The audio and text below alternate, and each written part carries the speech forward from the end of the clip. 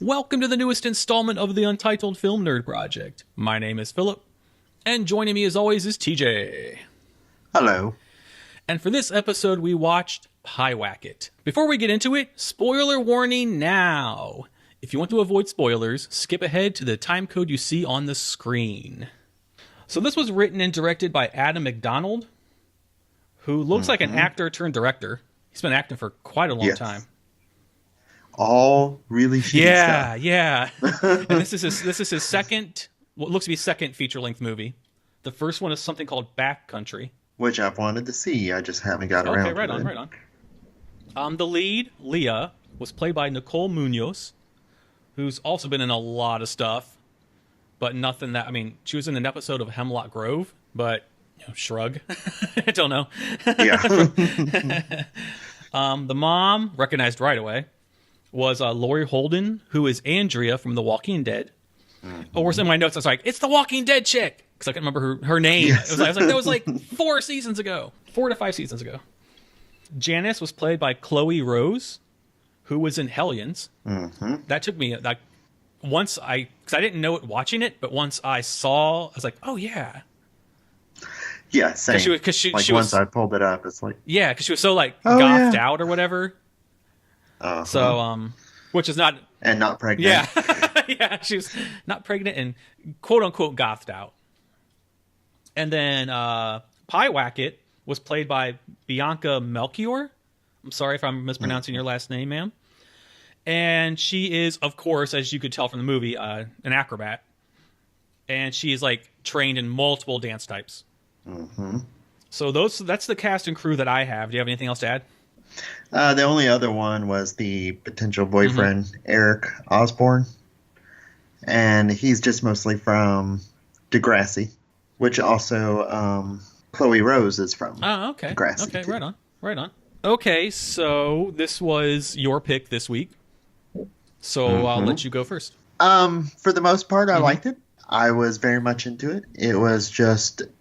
It built to a crescendo, and while the ending makes sense for the story that it was telling, it was also just kind of fizzled out for me. I'm in the same boat. I was on board with it. I think its biggest detriment, in my opinion, is it had pacing issues. It went way too quickly. This is another one of those movies that could have used 20 more minutes. Yes. To really stretch the story out. I thought the ending... This is a movie. The end of the movie is going to make or break it. And to me, the end of the movie kind of broke it. Same. It felt like a fucking episode of, Law and Order SVU at the end. And the whole quote-unquote prophecy from the author, that's what we're waiting on. We're waiting on that to happen, and it didn't. They said as soon... After it got its intended target, it would go after the person that summoned it. Okay, and... Yeah, I guess it's going to happen in jail. I know, because she going to jail. Oh yeah. And then her poor would-be boyfriend guy. Jeez, has to drive up to that. Yeah, I'm in the same boat. I didn't hate it, but I also don't quite get all the love it's gotten.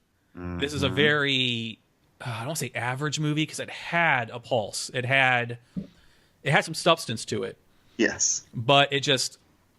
I don't say it got lost on itself, because it didn't. It just didn't seem like it knew how to execute the final act. Not even just the last scene, but just the final act just felt really Comparison, since you made the Law and Order comparison, my comparison would be one of the more boring episodes of Tales from the Crypt.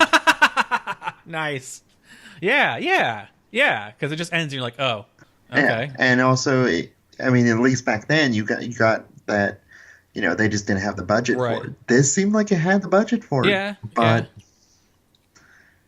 it was, I agree. I don't know what else to say about that. It wasn't bad, but it wasn't great. If I was going to grade it, I'd give it a B. Yeah. B minus. Yeah, B. I would go with B minus. There was a lot here to work with. The lore from Pyewacket there was so much you could have done with it. Yes. And I think And I think, like I said, the biggest problem, and I'll repeat it, is just the pacing of the movie. Because it wasn't acting. Oh, acting was solid. spot on. Acting was solid. Cinematography was decent. Wasn't mind blowing. Editing was again decent, not mind blowing. I mean, the director definitely has potential. Music was decent, but not mind blowing. B minus.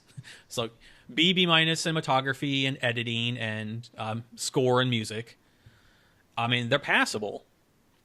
You know, it's not like a shitty experience. I'm not mad that I watched this. This is another one that had a lot of hype behind it. It's one of the. I'm not mad. I'm just disappointed. Like, it's just, this could have been something really fucking cool. I mean, you have Bianca, who was Pyewacket. She had potential, like just those few scenes we saw her. Where she was fucking moving around in the grass. That was cool. Fuck that shit. That was cool. I'm like, okay. And then another problem I have is it just kind of, the lore got kind of lost in on itself in the third act. The third act, everything just started falling apart. Like the whole fake mom, real mom didn't work at all. It worked in the woods at first, but once that was revealed, which I did like that scene a little bit where Pyewacket moved as the mom, opened her eye. Yeah. That was cool. And I thought that Laurie Holden did a good job of being Pyewacket. That was cool. Yes. But when she was all, come inside. Sit down. Where did you get that knife? Like very robotic. It was cool. But there was never any doubt. Like the scene with the gasoline in the bedroom was very like a good night mommy moment to me. Yeah. Where good night mommy, you didn't know. Like, you really didn't know. You thought you knew, but they did such a good job of weaving the story and then the reveal and all that you really, wasn't it? Really, I thought it was well done. This, I knew it was the mom. Yeah. We knew, like, and I know we're supposed to be like, oh, she's having a psychological moment, but it didn't come through that way for me. It didn't convey itself as powerful as it could have been. Whereas Goodnight Mommy, where you're like, okay, what the hell are they doing to the mom? It was a powerful moment. It was really powerful. And then even if they weren't going to go for that powerful psychological moment, they should have carried it further with, as you said, following the lore of the actual Pyewacket to where we got to see it go after her. Yeah, I mean, if she'd been in the police station and the guy had been questioning her and he dropped his pen or something and then came back up and it was her face, the end. Yeah. I would have liked it more. Yeah. Kudos, by the way. That's really fucking cool. Yeah, I used to go to film school and write screenplays. I would have enjoyed that. That'd have been okay. Thank you for completing. You didn't complete the story. It's like, oh, the guy with the hook dragging on top of the car, and he'll get you, and you hear the hook and you see it, and then they just drive away and live. It just doesn't make any sense. Like, you can't start a kind of like urban legend story and not go all the way with it. It makes the entire conversation she had with the author meaningless. Yeah. And we'll get to that later. I don't want to talk about that yet. That's going to go in a category. But speaking of categories, a little segue. What was your favorite scene? You go first. Oh, fuck. No, wait, okay. I know. I have no idea. I know I had something. Mine was when Pyewacket materialized out of the corner of the room. Yeah. I was a little shocked. I wasn't expecting the reveal so soon. I thought the reveal would be saved for the third act, and it would be like the big reveal. Let me see. Let me look. I did manage to take 5 pages of notes. I guess if I had to pick, just the one that sticks out to me is when we see her Pyewacket outside towards the end, crawling after her. Yeah, that was just really fucking cool. That was really cool. I was like, that's fucking cool, awesome. I hope that I wrote. I was like, I hope that's a real person. And when I saw that Bianca's acrobat, I'm like, awesome. It was really her. Very cool. Very, very cool. Did you have a holy shit moment? Mine would probably be your favorite moment, where Pyewacket was crawling around. Oh, okay, right on. In the grass. I don't know if I had one. I don't know if anything really made me say holy shit. Like, the only thing I've written down for sure is mediocre moment. I don't know if I actually have one, dude. Like, nothing really made me. I mean, the scene that I liked, that was my favorite scene, didn't make me go holy shit. It was just like, oh, that's really fucking cool. Awesome. I don't think I have one. If I do, I'll mention it later if it comes to me or something. I'll Nothing made me say holy shit. Like nothing really stuck out to me. Hey, it's the byproduct of a B- movie. Like nothing really. Like there could have been some, but yeah, there wasn't. So far that I can think of. Mediocre moment, and please let me go first. Mediocre moment is stay and finish the fucking ritual. The author literally just said, "Do not believe what your lying eyes see." She literally just heard that. Earlier in the day. Okay, if you're hearing your mom, that's probably really your mom, because he did not say don't listen to your deceiving ears or anything like that. He says, don't believe what your lying eyes see. That scene just pissed me off. All she had to do was finish the fucking ritual, or try. I mean, if you're gonna go through the trouble of like taking your mom's like drain hair out of the fucking bathtub, finish the fucking ritual. Come on, Leah. And as you pointed out, it's like that's probably your mom, because the Pyewacket is going to be really fucking remarkably lazy if it's not going to come to you and it's just going to call out your name. Yeah, and he, like I said, and if he hadn't said, don't believe what your lying eyes see. He didn't say don't believe your senses, don't believe what you see or hear. He just said see. So to me, they nailed that home. So that's when the movie kind of started spiraling for me. Because then she was irrational, and she thought it was her mom, and she called 911. That was so dumb. That entire sequence was so dumb. And for having such a decent build, it was just like, sometimes I can understand when movie characters do something stupid, like if it's a Friday the 13th movie, okay, you're dumb, you're written to be dumb. Yeah. But this was written like a little more intelligent than that. It was just, it just really stuck with me. It bothered me. She didn't even try to finish the ritual. She just like saw fake mom, which we all knew was fake mom. Well, that, and also like I just didn't understand the moment that she heard her mom calling out to her, and like she could see the car pull up. It's like, just go and say hi and tell her you're going for a walk. Yeah. Do you think Pyewacket is gonna drive your mom all the way from fucking her work or wherever the hell she was at? Yeah, because she was working at that one gift shop, and like it just didn't make any sense. This is when the movie just started kind of like folding in on itself in nonsense. Like my favorite scene was cool, but everything around that was just nonsense. Like we knew which one was the mom, which one wasn't the mom. There was never any doubt. And if we're seeing it from the main character's eyes, if we're seeing it from Leah's eyes, then we have to have doubt. And there was no doubt. Yeah. That was actually her mom. We knew that. There was no doubt here. I mean, this is one of the occasions that we could have very well have used a red herring. Yes, yeah, and usually we're not a fan of those, but it would have worked here. I mean, if you're gonna like bring some kind of like ring grudge creature to life, what does Ju-on and Ringu do? They do not stop. That's you can't. It's just gonna stick. It's just gonna bother me like a thorn in my side. Like, and then this scene encapsulates just the heightened, the peak of mediocrity for me. Like, stay and finish the ritual. Because also, the creature itself was intriguing and interesting, but we just didn't see enough of it also. I was okay with that. I was actually okay with that. I expected a huge reveal at the end. Or at least in the last 10 minutes. Like, when she came back to the house for no fucking reason, and we saw, like, Pyewacket mom inside, standing there looking at her. I was like, okay, we're going somewhere now. And then we didn't. I mean, the scene where she walked in, like I said, that was cool when she was talking to Pyewacket mom. Yeah. That's pretty neat. But after, it was just... And then, okay, if real mom comes home, where did Pyewacket go? Like, why did Pyewacket just disappear? Pyewacket's objective is to kill the mom. Mom's home, you're clearly there, we've seen you. Kill the mom, then go after her. Why are you going after her now? You haven't killed the mom yet. See? And the author should have doesn't make any sense. Should have thrown out it will try to trick you into, killing the person that's the objective. He said, don't believe what your lying eyes see. He told her. Like, just nothing. Like, it's like they forgot the whole entire world building they were doing for the previous, 80 minutes. Like, I just can't. I'm just like, why? Why did she finish the ritual? Why was Pyewacket going after her when the mom was there? That was the objective. Kill mom, then go after Leah. Why are you going after Leah now? Mom's not dead yet. Even if you think she is, clearly she's not.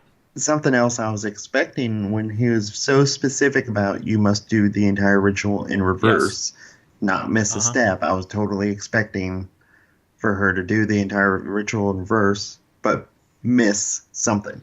Yeah, like she doesn't say like she's asked for forgiveness between one of the steps. Like, yeah, expecting that too, but we never got to even get that far. We never. Yeah.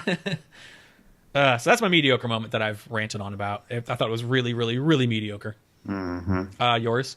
Just the ending again. Okay, yeah, so that's a close second. But by the time my mediocre moment peaked, by the time I got to the end, I'm like, okay, whatever. Yeah. Law and Order. Okay, fine. Like, okay. Oh, I know my holy shit moment. Okay. Let me go back. I remember writing wow instead of holy shit. Was it the line that the mom said to the daughter? Yep. So my holy shit moment took me a while. The mom says to Leah, every time I look at you, I see your father's face. I wish I could just wipe it off. I was like, damn. Yeah, on my little bit of notes, I put how to not to parent 101. Like, it reminded me of my mom growing up. She would say some nasty shit like that to me. And then, be sorry later like the mom was. I was like, you know what? Maybe don't be a dick to your daughter who's into the occult. Just a thought. Just a thought. So yeah, that's my holy shit moment. If any, LOL moment. No, I couldn't think of any. Like, this movie wasn't high on comedy. I'm trying to think of any LOL moments. Yeah, I don't think there's. Yeah, I think it's a 0. 0 for 0 on LOL moments. All right, that's our little breakdowns. You want to continue to discuss the movie or go to the notes? What is there to discuss? Like, yeah, my notes was brief. I wrote down 2 lines, and I told you one of them, and the other one was, "Why does this house have 2 dining rooms?" But nice. The first house had 2 dining room tables, like one room apart from each other. You could see the other dining room from the first dining room. I did not see that, but awesome for you. I did not notice there was 2 dining rooms. Such a random thing to notice. That's awesome. All right, so I guess we'll just go to my notes. So Philip's notes on this B- movie. At first, I thought it was going to be like The Craft, the way they were building it. But then I was like, oh, it's going to do with the new house in the woods. Also, I like the new house. I thought it was cool looking.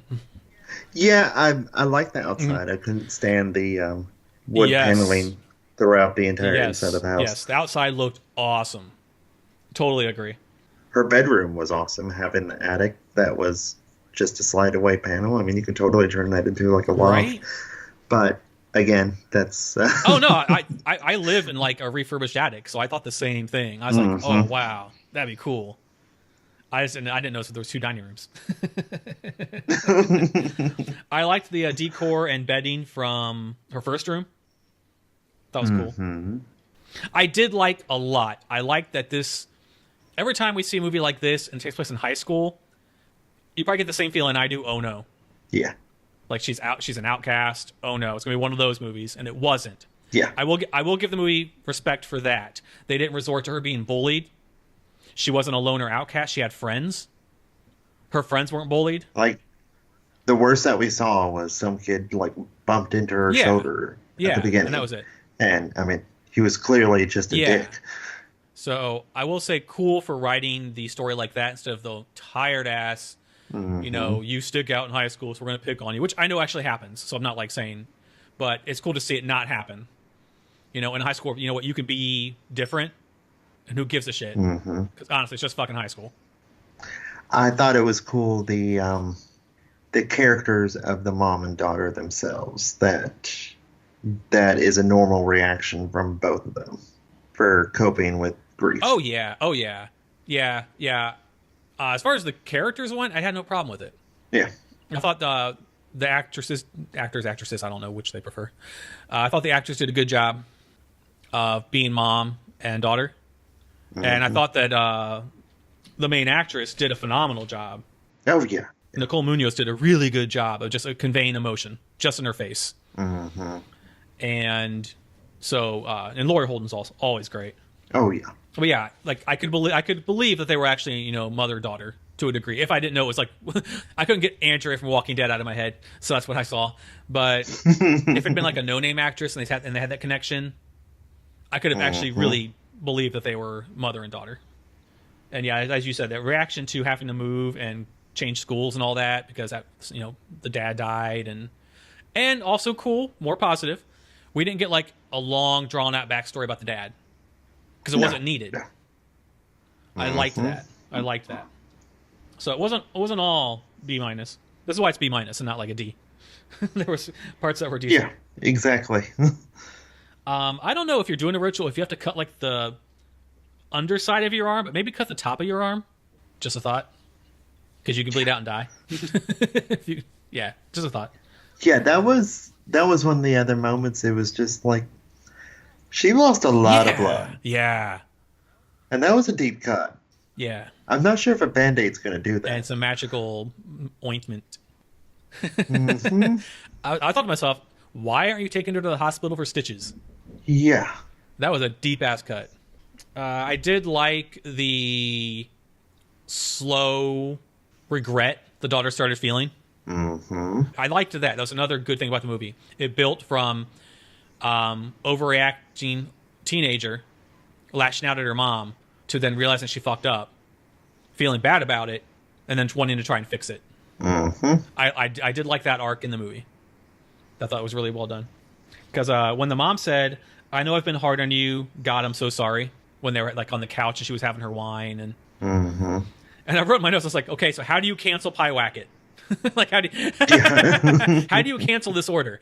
Be like, no, I didn't order a Pyewacket. Sorry, that was someone else. Can I send it back? No, thank you. No Pyewacket. I wanted a pie basket, not Pyewacket. Jeez, didn't you hear me in the woods? I always cut my arm for a pie basket. Jeez. Who doesn't? Now I want a pie basket. Stop making me want things. I can't go anywhere. I live in a small town and nothing's open. At first I was like, what if only she can see and hear it? But then the scene with her friend happened, and I was like, oh, never mind. It's like, Janice, freak the fuck out. They could have went somewhere with that. Yeah. I thought that was untapped potential there. They could have done something with all the friends. Yeah. Especially that shaved head dickhead. Yes. Which I like that all of her friends kind of called him out on the shit. Yeah. Also, more character interaction. I liked that the her love interest and her actually felt like they were awkwardly into each other. Yep. That was well played. And that they never had cemented. No. Anything. Yep. They didn't put the semen in cemented. Yes. I was a little confused because during her little ritual, she was like, you know, see through my eyes or hear through my ears or talk with my tongue or whatever. Like she was inviting it into her. Yes. It's how I took it in the beginning. And then when she did the actual ritual in the woods later, and they redid the opening chant, in the scene where we see Pyewacket as the dark, kind of like dark figure before we actually saw it in her bedroom, I thought it was going to take over her body. Yeah, because I mean that's exactly what that ritual sounded like. So I thought when she woke up in the woods, I thought she'd killed her mom, and the blood on her was her mom's. That didn't happen because that would have been more interesting. I thought that Janice doing that fucking woods shit was a really dick move to play to someone who's stoned. Don't fuck with somebody in the woods in the dark and they're stoned. That's not nice. That's not nice.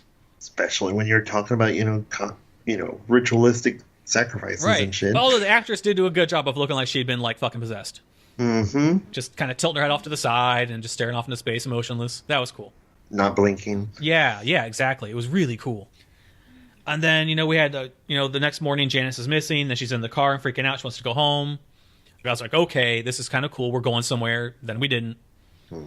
Other than Janice wouldn't answer her phone and has been to school. I mean, I don't dislike the plot direction they went with that, but I think there could have been more there. And at first I was like, man, I really could have used Pyewacket in high school. After she talked to the author guy, I'm like, oh, wait, never mind. Yeah. I was like, no, it's not worth it. Oh, there's an asterisk on this book. Beat me up, yeah. See what Pyewacket does to you. Hey, no. I said pie basket. Go away. No. Silly Pyewacket. I did really appreciate when she was grabbing the milk out for the second ritual when it spilled in the refrigerator. It spilled into like the shape of like a person. Mm-hmm. That was really cool. I thought that was a nice touch. Really nice touch. Yeah, that's pretty much the end of my notes. Everything else we have discussed and or ranted about. Yeah. All right, anything else? You want to go to final thoughts? Final thoughts is good. Final thoughts. Here we come.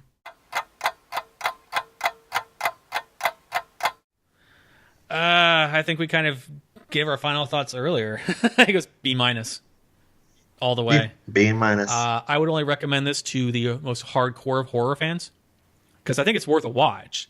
It's a neat little story, but I don't think it. I think sometimes people just get on a hype train and they can't see the forest for the trees. But it's opinion. So people love this movie. A lot of people I know love this movie. Or that I see online. I don't really know many people in real life. But a lot of people online that I see or that we're friends with on like horror groups online really liked it a lot. They also probably really like the shitty episodes of Tales from the Crypt. I'll have to ask. And yeah, I wanted to like it. I wanted to really be blown away. You know, it wasn't memorable. It wasn't. The story is where it's bad. The screenplay is where it's bad. So as we said earlier, the acting was fantastic, and the direction was good. The director directed his actors well, but everything else was just like you said, cinematography, editing, score, music. All of it was just very, very meh. On the good side of meh, it was like B-, as we said. Mm-hmm. So yeah, I'm not bummed out that we watched it, but I'm not like that was fucking badass. Yay. Yeah. I'm not angry. I'm just disappointed. Yeah. Yeah. To pull the parent line. Yeah. Yeah. I was just like, yeah. So yeah, B-. I mean, if you're a hardcore horror fan, definitely check it out. If you're like we are, and you like to see anything, and I mean that in a good way. Yeah. Because definitely check it out. It's worth a watch once, I think, but it's not as spectacular as it was hyped up to be. Mm-hmm. So I think that's where I kind of have a disconnect. But I think even if I hadn't heard the hype, I still been kind of like, eh. So it was good enough to finish, and good enough to recommend to watch once, but only, as I said, for really like, the horror nerds like us. Mm-hmm. So yeah, that's that. Come back from spoilers. We are done spoiling the movie. Well, that wraps up this episode. Thank you for listening. Tell us what you thought of the movie in the comments below. Do you think we are 110% totally wrong? Did you love it? Are you a Pyewacket fanboy or girl or whatever? Let us know. Did you not like it like we did? Well, you know what I mean. Was it B- for you like us? Let us know. Did you notice the 2 dining room sets? I'm going to let it go.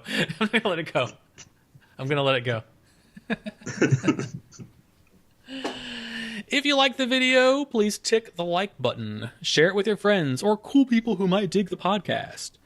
And please subscribe to the channel to stay up to date on the newest content. Speaking of, our next podcast will be on the movie Annihilation. Another one I am very anxious to see. Same. And I've heard, well, not heard anything, I'm spoiler free here so far, knock on desk. But have just heard rumblings about, I guess. So that will be the next episode, Annihilation. So until then, once again, my name is Philip. And I'm TJ. And we'll be back next time to talk about Annihilation. Goodbye. Bye.